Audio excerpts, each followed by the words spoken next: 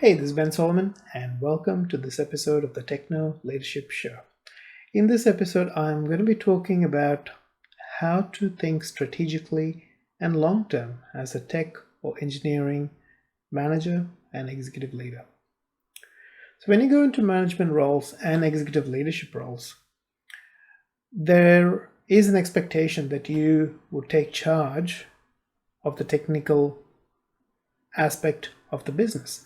And even if you have sometimes a director of technology or a CIO or someone above you, even as a technology manager, technical operations manager, whatever the role is, there is a lot of expectation that you would take control of that aspect of things, from managing your teams, managing systems that your teams manage, as well as the relationship that your staff have with the other parts of the organization. So when you're thinking strategically, you really need to start understanding the business that you're working for. For example, let's say you're working for an educational institution. The needs of that organization is going to be completely different to working at, say, a managed service provider or at an accountant office, for example. So at an accountant's office, you might have a lot more slack to be able to have multiple devices. You could have offices and laptops and places where various people can move across. So you're thinking about having spare devices and all those aspects there, and you might have the budget to also be able to do all that, because again, the value that the business produces usually is a lot larger, and a lot of that is governed by the technology that they can use to do their job, because without the computers they can't quite do the job that they need to, at least in today's day and age. In education, there is not as much money, especially when you look at school. Maybe when you go to university and other higher education institutions, there is a bit more than in schools and that sort of system. So you still need to have some form of redundancy. So you're thinking about it from the perspective of, as an educational institution, you need to have a lot more frontline staff, because if a teacher has an issue in their classroom, they need help pronto. And the reason for that is every minute they lose because of a technology hiccup that they have in teaching the class is something that they can't really gain back, because they have constraints of a 45-minute class or an hour's class, whatever it might be, that they have to cover their syllabus by. So the stress, everything is affected there. So when you look at it from a situation of being a director of technology in an organization like that, or a technology manager, technology operations manager, you've got to always look at it from the standpoint that you need to have at least a couple of frontline staff to be able to manage issues that crop up. And then you want to be looking at, okay, there's a significant amount of budget going into two frontline staff. You can't have a whole lot of specialists.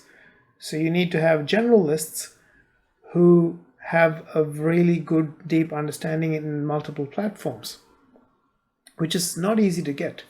So you might have a network engineer and a systems engineer, but they cross roles, and they need to understand each other's roles and be able to do the network and systems aspects of things. And then the technology manager might need to have, again, understanding of all these aspects so that they can support in each of these roles as needed.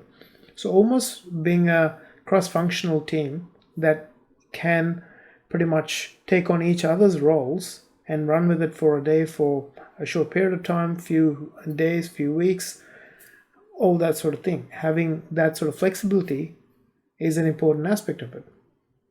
Whereas in a bigger organization, let's say a university, accounting practice, you might have like a managed service provider that does a lot of the back-end maintenance, and then you might have one person in the office who is there to support the staff that are in the office.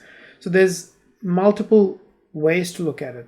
And in a higher education situation, you might have a tech department with multiple help desks, multiple tiny departments within the technology department for infrastructure, for systems, for wireless even, or networks basically. And those sort of things, you have the flexibility based on your budget allowance.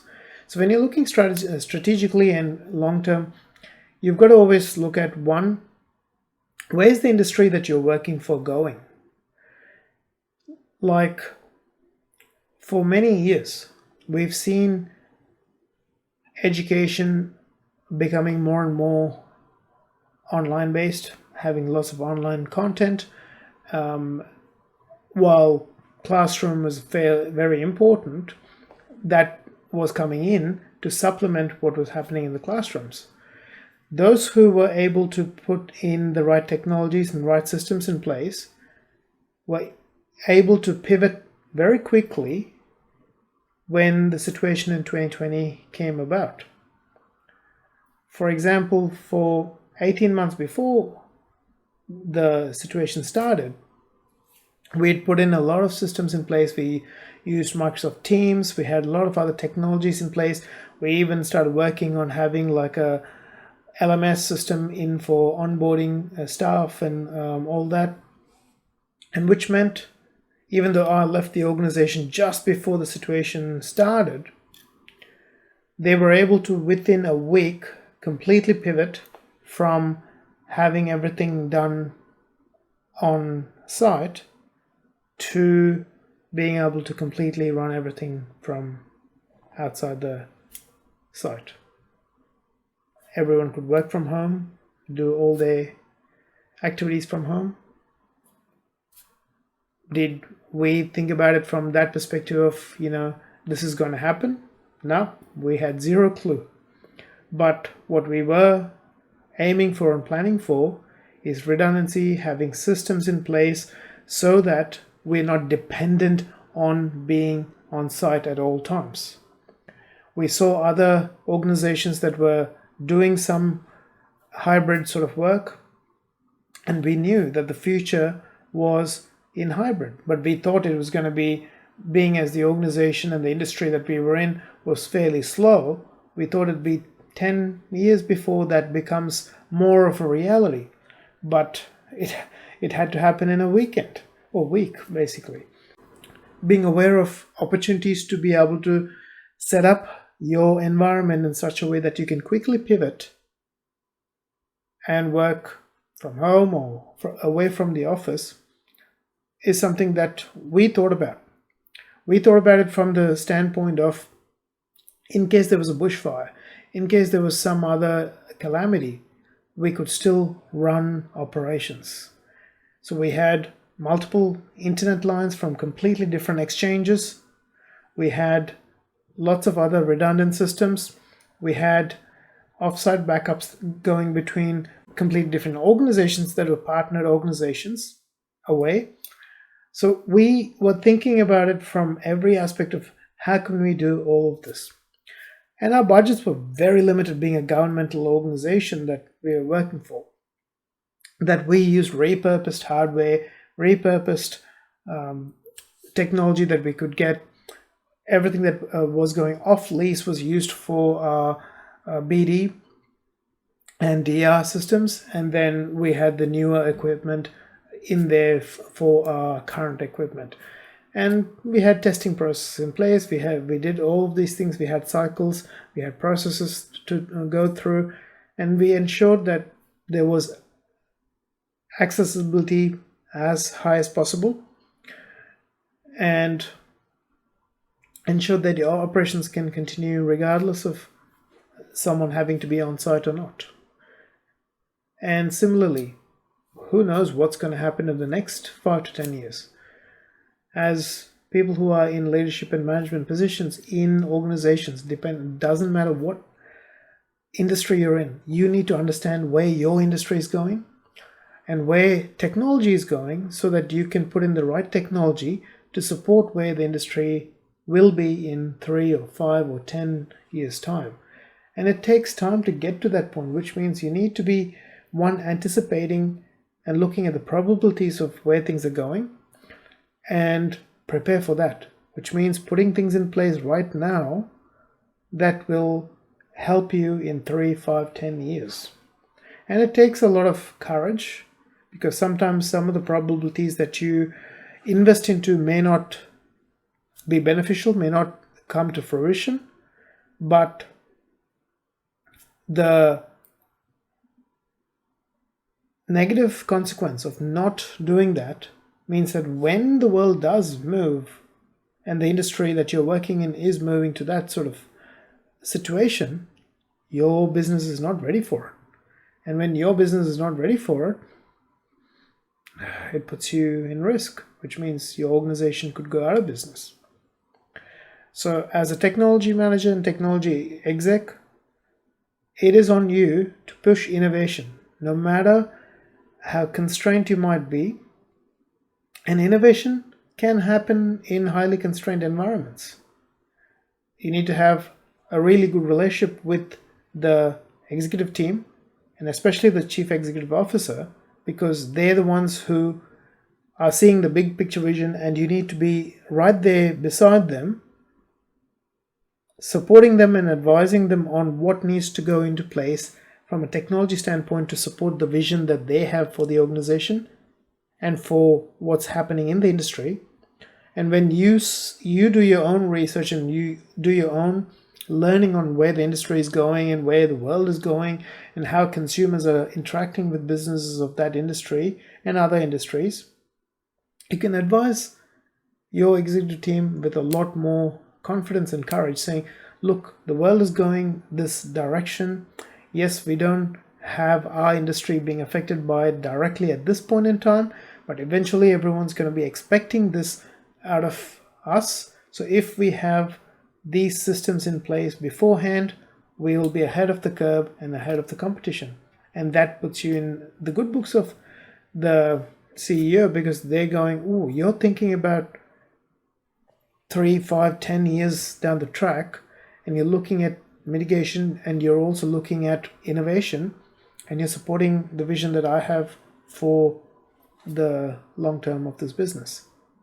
So it's a integrated work that you have to do with your CEO, with your executive team, and with other drivers of innovation in the organization. There will be evangelists of innovation within the organization, and you need to keep your eye open for those people and always be in open dialogue with those sort of people, so that you can support them with the initiatives that they're coming up with the technology that you have, and then they can support you in your technology vision that you have for the organization by going to the CEO and saying, hey, look, Ben had this idea about doing this, and I see that it'll help us in 3 years' time when there'll be a huge market shift towards this sort of technology. And that sort of thing, you need to have built up relationships. When you get into management and executive leadership, relationships are crucial. You need to have evangelists for you in the organization. If you don't have that, your effectiveness is affected by that.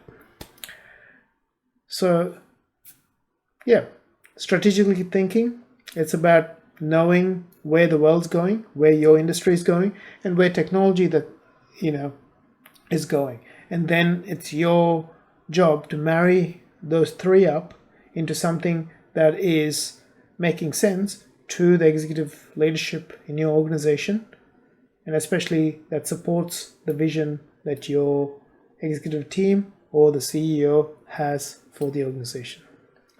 So I hope that helps you out, helps you just think differently. Look, there's no prescription on how to do things. I try to think in high-level principles and frameworks, which means if I share my frameworks and thought processes and another line of thinking perspective, my hope is that it will help you utilize that and go, how can I use this in my situation? And then learn the principles, learn the frameworks, and then look through those lenses to see how you can tackle the problems and issues from different perspectives. I wish you all the best in your journey as a tech professional, manager, and leader. If you like this episode, please hit the like button. If you haven't subscribed yet, please hit the subscribe button. And I look forward to talking to you in a future episode. Have a great day.